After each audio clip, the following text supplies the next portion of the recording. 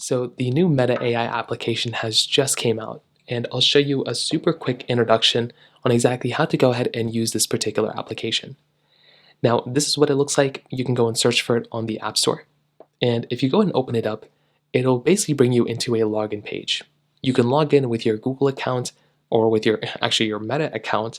So it's going to be your Instagram account, Facebook account, all that stuff. And once you log in, you'll basically come into a page that looks like this. So it's going to show you a bunch of different information. So at the very top, you're going to have a little option here for preferences. You can tap on here and you can go ahead and turn on full duplex, demo, voice, and ready to talk. So it says start using voice when you go ahead and basically open up the application. So you can toggle that on if you want to. You can also click on the top right corner to bring yourself into your accounts page.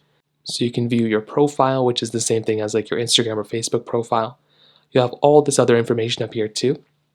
So you can kind of go through and kind of start modifying and changing all the type of information that you want to here, which is really cool. Now at the very bottom, you have a plus button. You can tap on the plus button if you want to get access to your camera or photo library.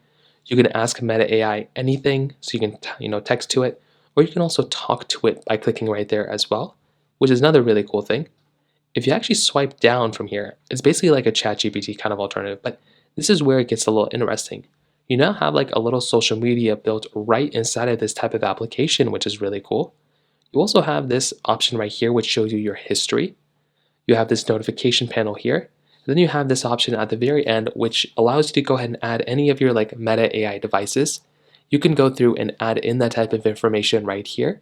And you can just kind of use this whichever way you want to. And this is another one of those really cool things that you can basically kind of do as well. So that is that. If you want to, you can start talking to Meta AI or start texting to it right when you get into the application. And that is another one of those really cool things that you can basically start doing here as well.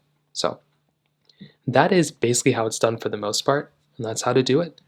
If you have any other thoughts or questions, please let me know in the comment section below. Hit the like button, that would mean so much, but definitely hit that subscribe button. More importantly than everything else, I love every single one of you guys. Hopefully I'll catch you guys in the next video. Peace out till then.